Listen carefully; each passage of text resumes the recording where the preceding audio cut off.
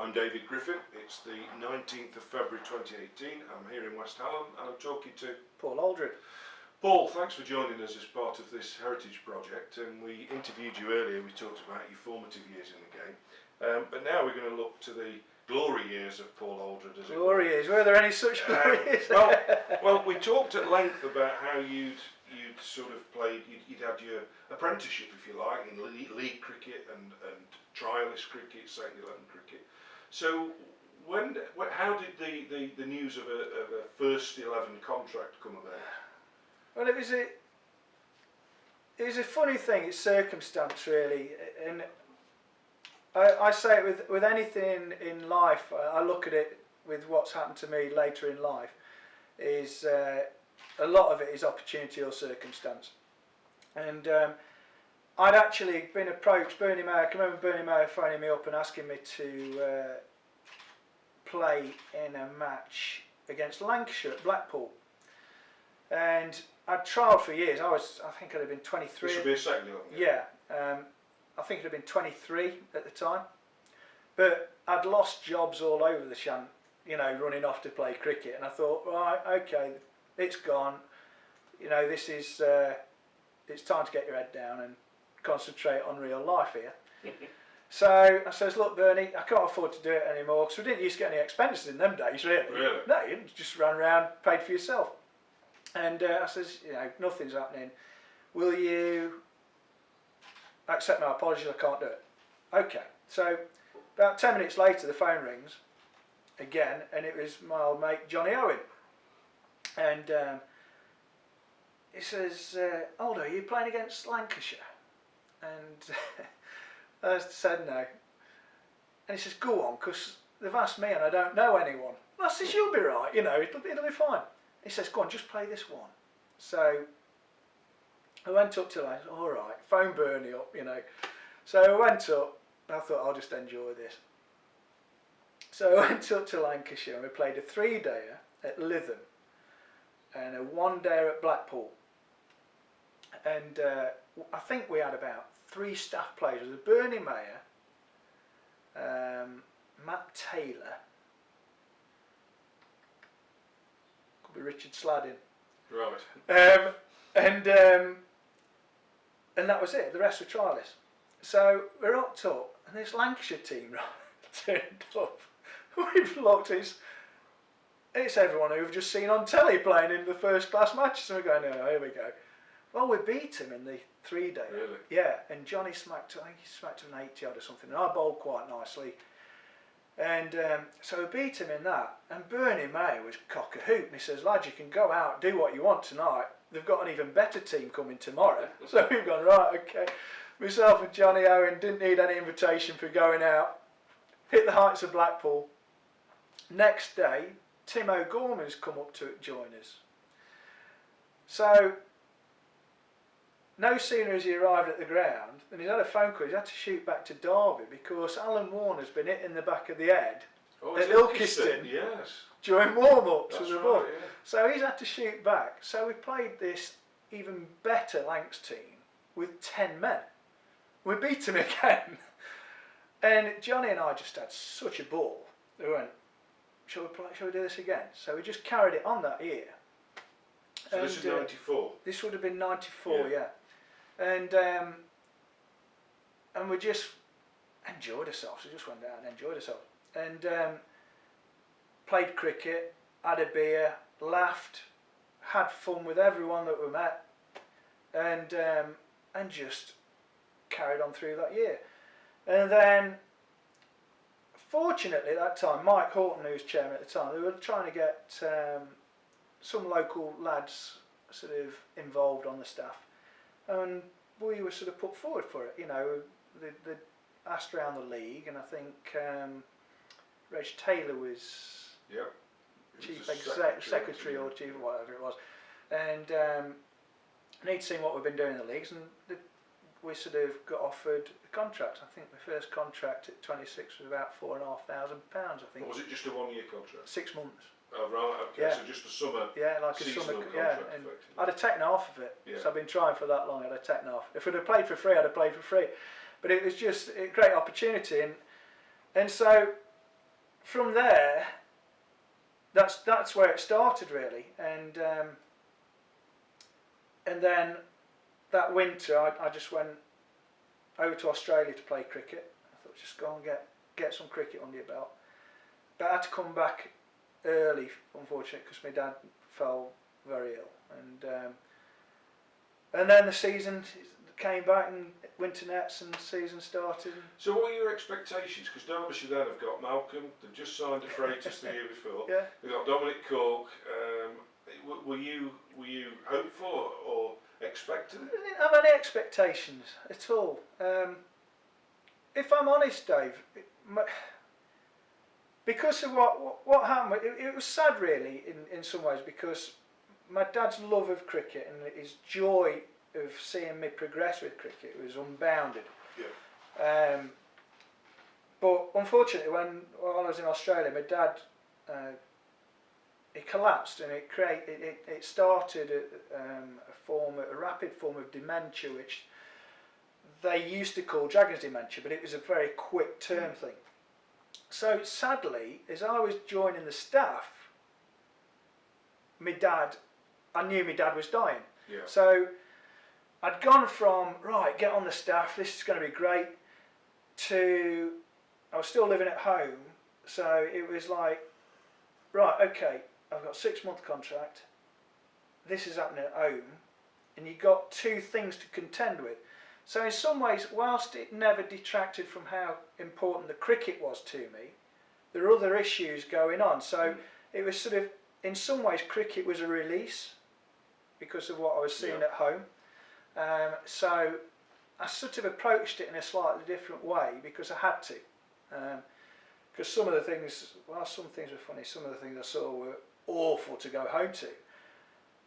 And it wasn't at that time, it wasn't the sort of thing any of the lads would. The lads didn't know, and no one knew what was happening.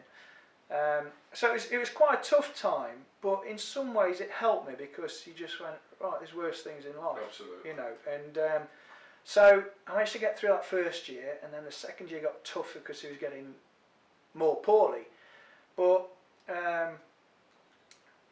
that's when Dean Jones came in, and behind the scenes, Dino was brilliant with me because I'd had a chat with him. And there's the phone, I told you to ring.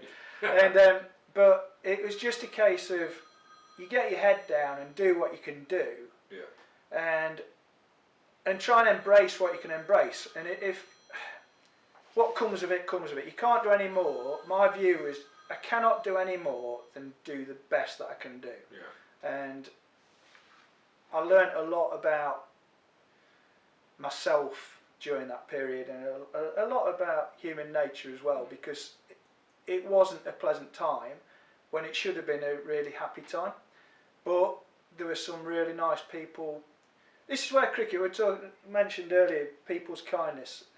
When I was trialling at Warwickshire, I played a lot over at Warwickshire as a trialist. There were people who got to know my dad when he used to come and watch. And when my dad died, they only knew him from watching cricket. They came to his funeral. When I was still going and playing second 11 cricket, I was playing against Warwickshire, they used to come out to see me, to see how I was, and watch me play cricket. And an interest in you. And I thought, that's kind. You know, they never forgot what your life was and who you are. And these are just people who go and watch cricket. Yeah. Very kind people. Well, I think anyone ever asks me what the attraction of cricket is, I always say it's the fellowship of the game. Yeah. It's not the batting and the bowling, it's the fellowship of the game. Just going back to your debut season in first 11 cricket, Paul, you made your debut in a university game. I don't class that as my debut. But your first class and your one-day debuts were at, I'm sure you can remember, Lord's. the home of cricket. Yeah. So what was it like because you are 26, you have had a good apprenticeship, but what was it like nonetheless turning up at the home of cricket for your first game of It was incredible. real cricket? I mean, very emotional, brings tears to my eyes now, and for more than the cricket side, I can remember it because we were playing up at Chesterfield in the twos, and I got a phone call as I got home that night. I got a phone call, you got to go down to Lord's tomorrow. I went, my kit's up. I was panicking, all my kit's up at Chesterfield. Who would make that call then? Is that off off the field stuff or the captain? I think it. I can't remember who called me. I think it might have been Bud. Right. Could have been Bud Hill, I think. I can't remember, to be honest. I just remember the phone call. And so I got up to Chesterfield, got all my kit in the car. I got my old VW Polo that was falling apart at the seams. I remember it stacked with kit. And I got to the ground thinking, well, I wasn't going to get there till about 12. And the game was started. I thought, I'm going to be 12th man, but I'm at Lord's. So you've gone on your own? Yeah, yeah. Right, so no one to share the nerves No, with. no. So I was called down. And I couldn't get in the ground. They wouldn't let me in. So, You're not the first person. I couldn't get in. But in the end, it was little me. I went, I'm leaving my car here then, and grabbed my kit. And finally they let me in. But they carried my kit up to the change rooms. I wondered what was happening, you know. And I got there and we were batting. And I always remember walking in the changing rooms and Chris Adams sat there, the big Chris Adams, teethy smile. And he went, get changed there, Aldred, I've saved your spot. And he laid it out for me. And he went, well done, you're playing. And I sat there. I went, what? You're playing? And I can remember sitting the rest of the day, because I didn't get to go out on the ground in the morning. I sat the rest of the day on the balcony in my blazer and tie, just sort of looking around. And then it rained through the championship.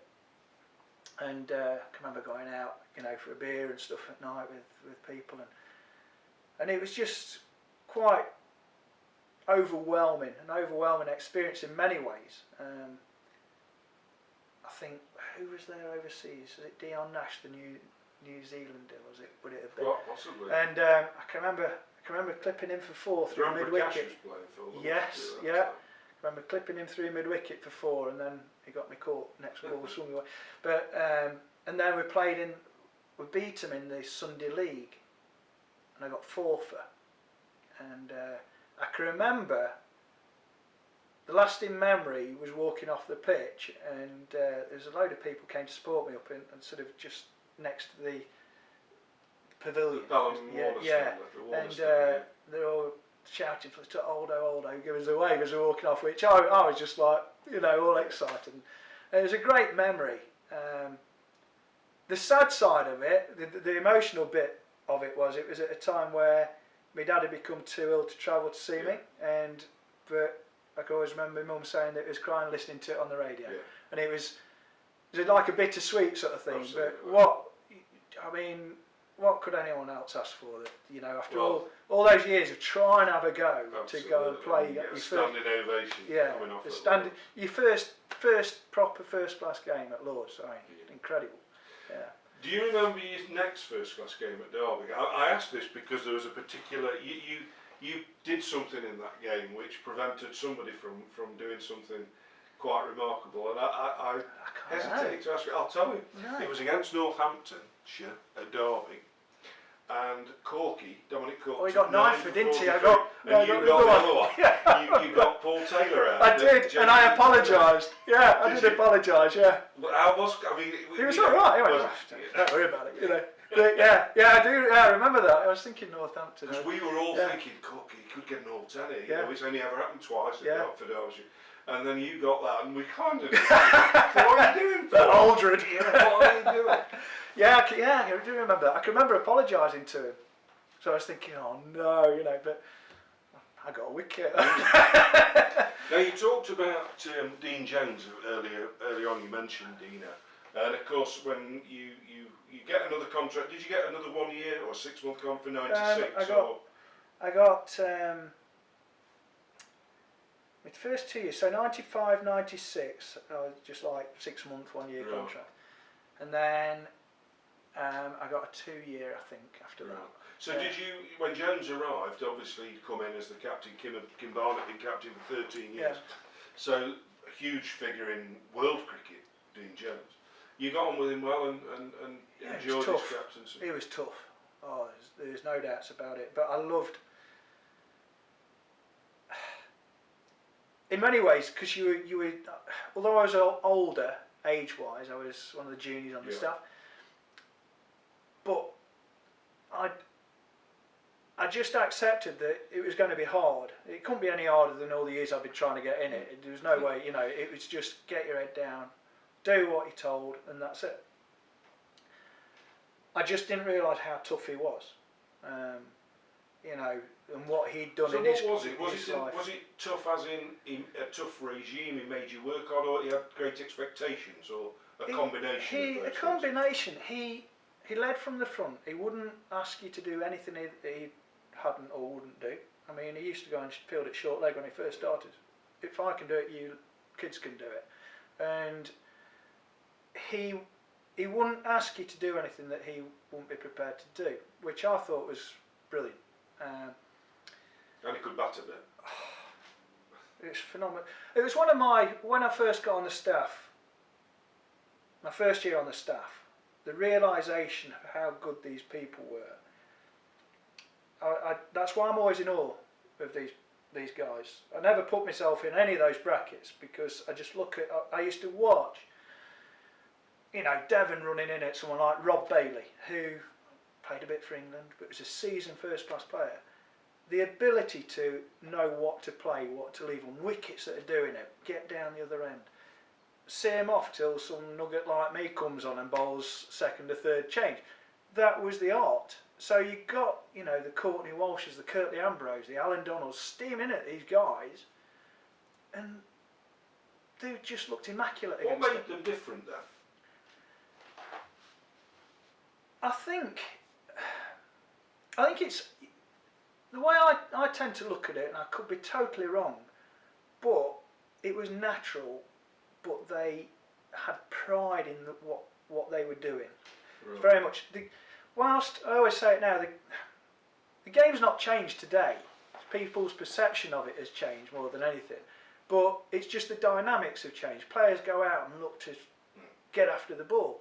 Then, when you got, you know, if you think of Derby, you got Devon Malcolm, Philip de Freitas, Dominic Court, and you got people like Simon Bass, Alan Warner. You got these guys who could do a bit with the ball. Yeah. Well, the art wasn't about smacking them at 5 and over. It was about getting through that period and building an innings. And in some ways, if you watch international cricket now, you see, when the ball starts hooping around, everyone's at sea, aren't they? Whereas in those days, it was a battle through, and it's just a different way of playing. Yeah. But I just found it mesmerising watching these guys, because I think it would have been probably my third or fourth first class game. I can remember Alan Donald hitting me, just hit me. And I stood there and I thought, this bloke can kill me at will and I have absolutely no say in the matter. But it was a realisation that, yeah, well, you've got to get better. You know, and these people had got better, and they played for England, and you know, John Morris. How easy he used to look when he was playing. And it was just a fascination, and I mean, I often joke about it now. My first 2 years on the staff, I was a professional 12th man, basically. I was best orange juice maker in the country. But what a joy! I loved every minute of it. I loved running down the sweet shop for Dev to get, you know, whatever sweets he wanted. I loved going and fetching and food in for him, because they let you in. If you looked after them, they let you in and help you. And it was so exciting to see it, but to be part of it was just, well, where I'd come from. It was just something different. One of the most exciting games in Derbyshire's history, actually, and one that you played a very significant part in. I think we'll come on to in a moment, because we've just about run out of time on this interview, but in the next one we're going to be talking about the 1997 game against the Australians. But for now, thank you.